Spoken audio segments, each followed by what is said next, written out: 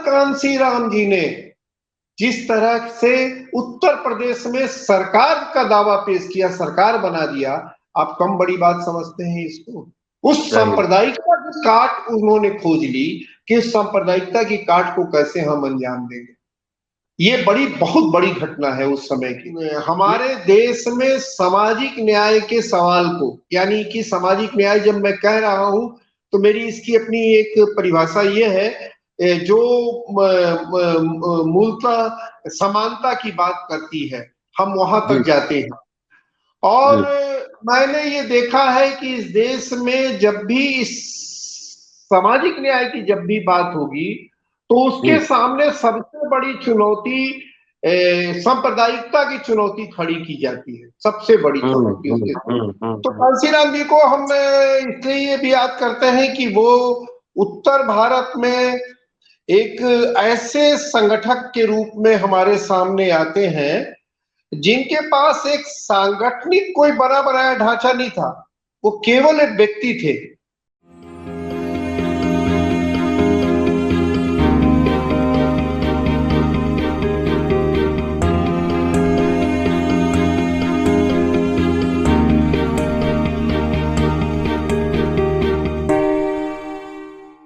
आज 9 अक्टूबर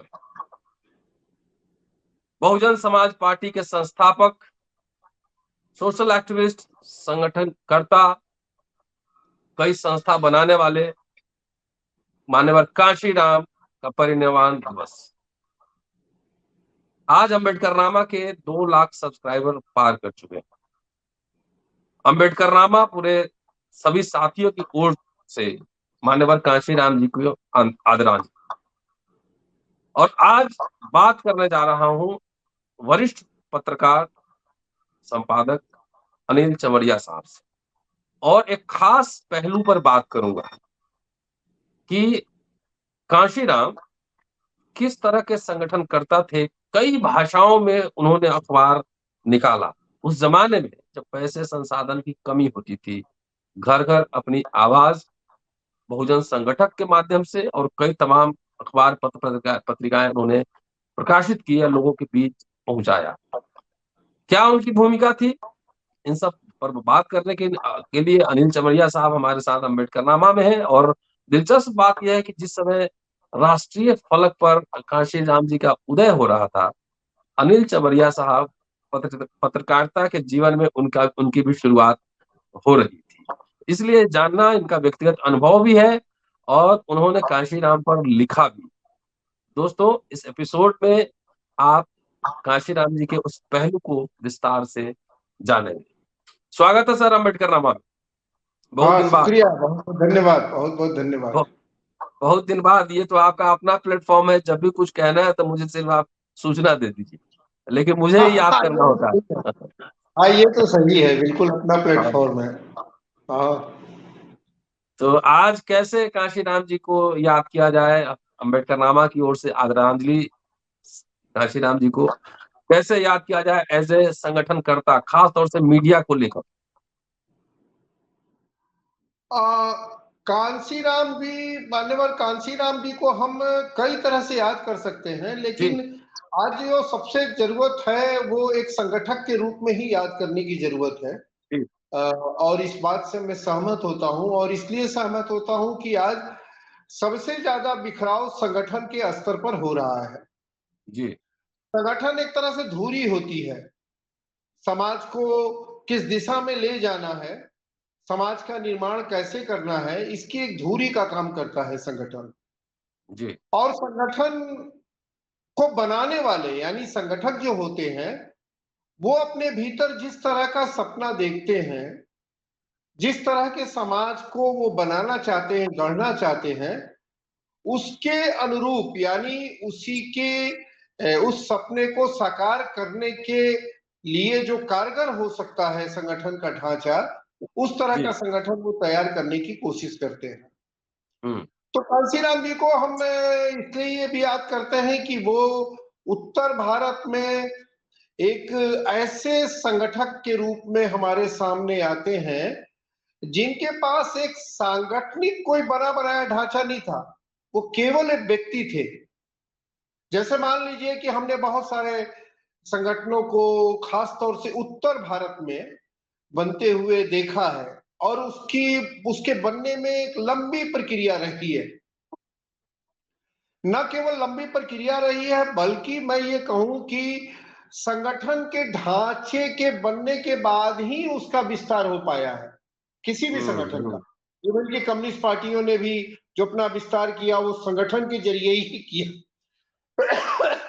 लेकिन कांसीराम जी के साथ बात ये नहीं थी। कांसीराम जी के बारे में ये देखा जा रहा, महसूस किया गया कि वो खुद में एक संगठन थे। वो खुद में एक संगठन थे वो, और वो जो संगठन थे उसका एक बाहरी ढांचा कैसे तैयार हो समाज में, इसकी ये सबसे बड़ी उनके सामने चुनौती थी। और खास तौर से वैसे लोगों के बीच में संगठन करने की चुनौती थी जो बिल्कुल ही बिखरी अवस्था में थे, बिल्कुल ही बहुत ही ज्यादा बिखरी स्थिति में। न केवल बाहर रूप में, यानी बाहरी रूप में एक जो बाहरी संगठन का ढांचा होता है उस रूप में बिखरे हुए थे, बल्कि आंतरिक रूप से बिखरे हुए थे। आंतरिक जो उनका बिखराव था वो ज्यादा वो था, मजबूत था। लेकिन वैसी चुनौती को उन्होंने स्वीकार किया, और उत्तर भारत में और खास तौर से यूपी में। और मैं आपको बताऊं कि देखिए, कांसीराम जी, मानवर कांसीराम जी ने देश के कई हिस्सों में प्रयोग करने की कोशिश की। वो अपने गिरिराज पंजाब में भी उन्होंने किया, छत्तीसगढ़ में भी किया। छत्तीसगढ़ में तो उनको बहुत उम्मीद थी। छत्तीसगढ़ में तो वो इस उम्मीद में गए थे कि शायद ये एक बहुजन आंदोलन का एक केंद्र बनेगा, लेकिन उनको बहुत निराशा हुई। महाराष्ट्र में उन्होंने कोशिश की। तमाम जगहों के बाद आप समझिए, उत्तर प्रदेश जैसा जटिल और जड़, जहां का समाज जितना जड़ है उतना ही जटिल है, और वैसे समाज, वैसे वैसे राज्य में उन्होंने एक तरह से इस चुनौती को स्वीकार ही नहीं किया, बल्कि इस चुनौती को एक तरह से वो करके दिखाया जो उत्तर भारत में पिछले कई वर्षों में, यानी हम तो पिछले, अगर हम 47 के बाद के भारत की बात करें तो शायद उसमें कहीं भी किसी ने इतनी सफलता और इतनी कामयाबी नहीं पाई होगी, और ना उम्मीद की होगी कि हम इतने कामयाब भी हो सकते हैं। और उस उत्तर प्रदेश में और उससे जो जुड़ा हुआ एक हिस्सा है मध्य प्रदेश, उत्तर प्रदेश से जुड़ा हुआ, वहां पर दो जगहों पर इनको काफी बड़ी कामयाबी मिली। और मैं ये समझता हूं कि जितने कम समय में जो उन्होंने पूरा संगठन एक तरह से खड़ा कर दिया, वो इतिहास में ऐसे उदाहरण बहुत कम मिलते हैं, बहुत कम मिलते हैं। तो मैं ये समझता हूँ कि कांसीराम जी का ने न केवल बहुजन राजनीति में बल्कि पूरे भारतीय राजनीति में एक इस तरह से उनका प्रादुर्भाव हुआ, उनका विस्तार हुआ कि वो पूरी भारतीय राजनीति के लिए एक चुनौती बन गई। भारतीय राजनीति ने उसको एक अपनी बड़ी चुनौती के रूप में देखा। ये मैं इसीलिए आज मैं मान्यवर कांसीराम जी को बहुत ही मन से, बहुत ही सम्मान के साथ मैं आज उनको याद कर रहा हूँ।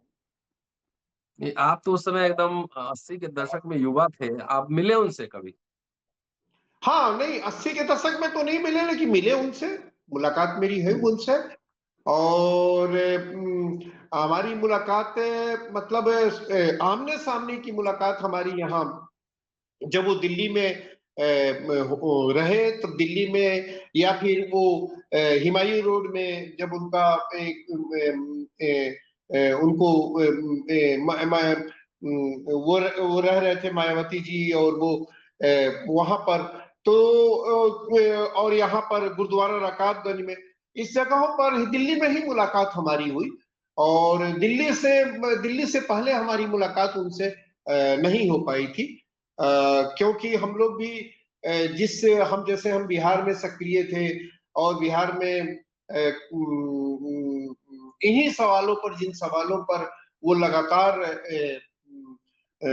लोगों के बीच जा रहे थे, लोगों को जगा रहे थे, उन्हीं सवालों पर हम लोग अपने स्टूडेंट लाइफ में, या कहीं कि स्टूडेंट लाइफ के बाद का जो पूरा समय था, जिसमें कि हमने पत्रकारिता भी शुरू की, उस सारा समय जो था वो इसी तरह के सवालों का समय था। और इसी तरह के सवालों से हम लोगों का मुठभेड़ हो रहा था, और हम लोगों के सामने चुनौती बनी हुई थी, और हम लोग जी। लड़ते थे। आपने कांशीराम पर लिखा भी है, उनके ऊपर, उनके पॉलिटिकल समझ पर, और मुझे लगता है बहुजन संगठक वो हिंदी में निकालते थे। हाँ, हाँ। तो कुछ बताएं कि और कैसे उनको आप समझते थे पॉलिटिकली भी। देखिए, एक बात ये समझने की जरूरत है कि मान्यवर कांशीराम जी को यदि हमको ठीक ठीक समझना है, तो थोड़ी सी हमको पृष्ठभूमि में जाना होगा। मैंने बहुत पहले ये मैं पढ़कर और उस पर थोड़ा विचार करके हमने क्या महसूस किया है, वो मैं आपको यहाँ पर शेयर करना चाहता हूँ। जी जी और जी मैं जी। ये शेयर करना चाहता हूँ कि देखिए, हमारे देश में सामाजिक न्याय के सवाल को, यानी कि सामाजिक न्याय जब मैं कह रहा हूँ, तो मेरी इसकी अपनी एक परिभाषा ये है, जो मूलतः समानता की बात करती है, हम वहां जी तक जाते हैं।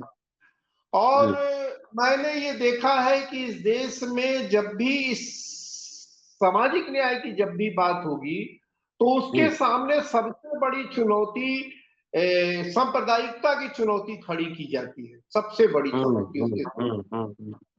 ये बात मैं आपके डॉक्टर अंबेडकर के प्रादुर्भाव के होने के बाद से मैं कह सकता हूं कि डॉक्टर हम्म। अंबेडकर ने पूरी राजनीति का एक तरह से दलितीकरण का नारा दिया, पूरी राजनीति के दलितीकरण। और दलितीकरण का जब मैं कह रहा हूं मतलब, तो वो आज के जो अर्थों में दलित का अर्थ लिया जाता है वो कतई नहीं है। जी।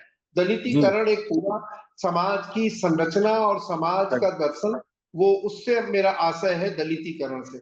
लेकिन आप देखिए कि जैसे ही वो दलितीकरण का नारा की का पूरा दर्शन सामने आता है डॉक्टर अंबेडकर के जरिए, जी आपको ये देखकर, और वो पढ़ेंगे जब आप, तो इतिहास के छात्र हैं आप, एकदम आपको मालूम होगा कि किस तरह जी। से देश के विभाजन तक की स्थिति पैदा कर दी गई, और उसका आधार सांप्रदायिकता बनाया गया।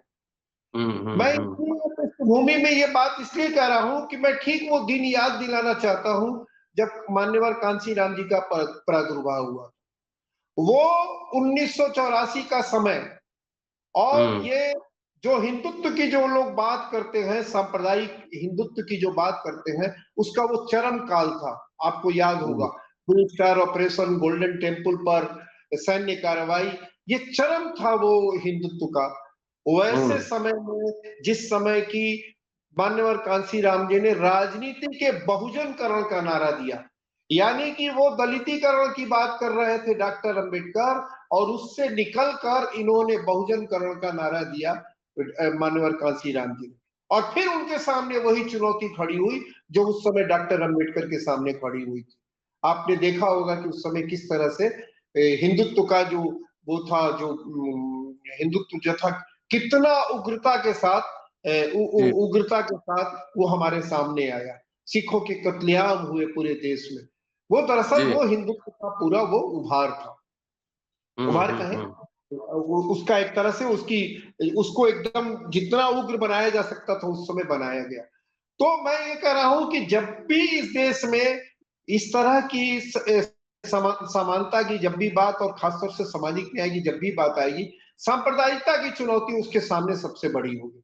फिर आपने देखा ही हम्म। डॉक्टर बीपी सिंह ने जब आरक्षण लागू किया, तो कैसे फिर वो बंडल तो। राम रथ यात्रा निकल गया। और फिर उसके बाद तो सिलसिला शुरू आपको मिल जाएगा। गुजरात में जाएंगे तो वो मिल जाएगा आपको, बिहार में जाएंगे, उत्तर प्रदेश में, सब जगह वो मिल जाएगा, केवल सांप्रदायिकता से उन्होंने। और मैं इसलिए ये बात कह रहा हूं कि आपको देखिए कि कितनी बड़ी चुनौती थे वो, कि 1992 में जब बाबरी मस्जिद गिराई गई 6 दिसंबर को, उसके बाद कांसीराम जी ने जिस तरह से उत्तर प्रदेश में सरकार का दावा पेश किया, सरकार बना दिया, आप कम बड़ी बात समझते हैं इसको? उस सही। सांप्रदायिकता की काट उन्होंने खोज ली कि उस सांप्रदायिकता की काट को कैसे हम अंजाम देंगे। ये बहुत बड़ी घटना है उस समय की। लेकिन मैं अब आपको ये बात जरूर कहूंगा कि दरअसल क्या होता है कि हमारे यहाँ जो भी हम लोगों ने दर्शन विकसित किए हैं, हम लोगों ने जो विचार विकसित किए हैं, हम लोगों ने जो राजनीति में समानता के लिए टूल विकसित किया है, होता क्या है कि ये समाज जिन लोगों का वर्चस्व है वो तमाम वैसी चीजों को डकार जाते हैं, उन चीजों को हथिया लेते हैं, उन चीजों को एक तरह से एप्रोप्रिएट करने वाली जो बात अंग्रेजी का शब्द इस्तेमाल हम लोग करते हैं, एक तरह से उसको निगल जाते हैं और अपना उसको बना लेते हैं।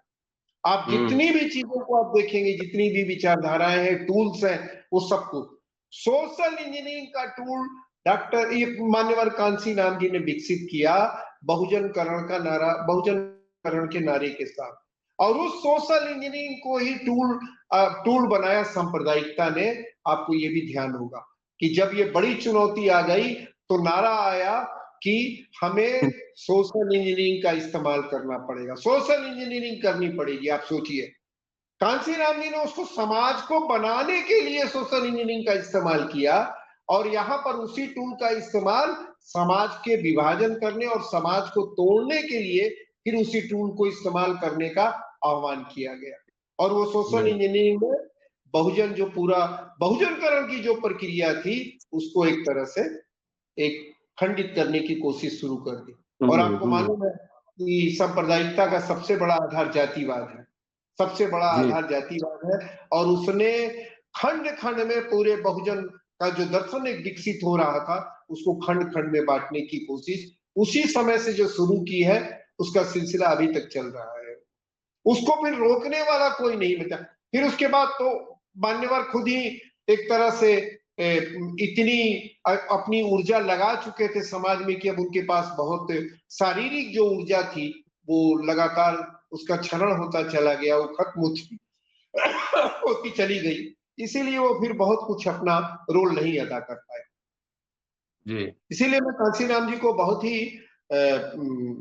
एक एक ऐसे समाज निर्माता के रूप में मैं याद करता हूं जिनके पास सचमुच में एक विजन था, न केवल एक विजन था बल्कि टूल्स विकसित करने के, यानी जो यंत्र होते हैं राजनीति के वो विकसित करने की का जो उनका उनमें जो क्षमता थी, कैलिबर था, वो अब अभी और किसी नेता में मैं खासतौर से बहुजन राजनीति करने वालों में किसी में मैं नहीं देखता हूं, दूर दूर तक नहीं देखता हूं। एक और बात, इतिहास के छात्र होने के नाते जितने बड़े दुनिया भर में जितने बड़े समाज सुधारक या राजनेता हुए वो प्रतीकों का बहुत खूबसूरती से इस्तेमाल करते थे।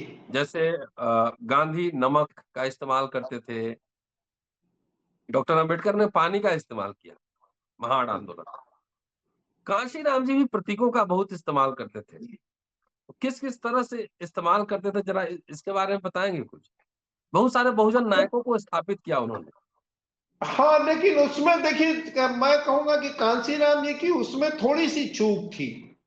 अच्छा, थोड़ी सी चूक थी प्रतीकों के इस्तेमाल करने में। देखिए आप जैसे कह रहे हैं ना कि गांधी ने नमक का इस्तेमाल किया और बाबा साहब ने पानी का इस्तेमाल किया, तो मैं ये समझता हूं कि वो दो जो ये सिंबल्स हैं वो आपको घर घर में यानी कि हर मानस में वो आपकी पहुंच बनाते हैं, उनके भीतर आप उनकी अपनी एक एक जगह बनाते हैं, उनके सामने एक सवाल खड़े करते हैं, वो ऐसे ऐसे एक सिंबल्स के रूप में आते हैं।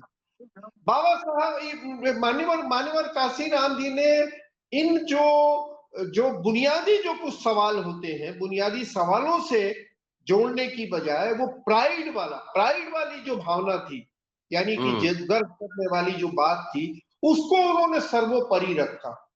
और वो सर्वोपरि रखने के कारण ही एक तरह से एक समय में जरूरत होती है उसकी, लेकिन उस प्राइड की बात को यदि आप लगातार खुलेआम मतलब खुला छोड़ देंगे उसको, तो फिर उसके बहुत खतरे होते हैं, वो खतरे होते हैं, और वो खतरे मुझे आज हम लोगों को दिखाई दे रहे हैं। उस प्राइडनेस का जो गर्व करने वाले जो प्रतीक थे, उन प्रतीकों को कैसे हम बुनियादी सवालों के प्रतीक से जोड़ें, ये शायद मुझे उनके पास समय नहीं मिला, या फिर एक संसदीय राजनीति की जो व्यवस्थाएं उनके सामने खड़ी होती चली गई, शायद उसके कारण से वो उसको विस्तार नहीं दे पाए। कोई भी कारण हो सकता है, इसका अलग अलग तरीके से हमने भी विश्लेषण किया है और उसका कई लोगों ने विश्लेषण किया है। लेकिन मुझे लगता है कि वो जो इस्तेमाल है, उस इस्तेमाल में हमने कोई इस तरह से अभी तक कंट्रीब्यूट नहीं किया है कि वो एक बुनियादी सवालों के से जुड़ सके और बुनियादी सवालों पर आधारित कोई बहुजन जो राजनीति है वो विकसित हो सके। वो मुझे जी। लगता है कि एक वहां एक दिक्कत, मुझे प्रॉब्लम दिखती है जी। हम्म। नहीं, उन्होंने एक कलम का बड़ा, उनका तस्वीर बड़ा फेमस है, पेन लिए हुए समझाते हुए। हम्म हम्म आपने जो लेख जी जी लिखा जी था, जी। वो जहां तक मुझे याद है उनके पॉलिटिकल स्ट्रेटजी पे ही लेख लिखा था।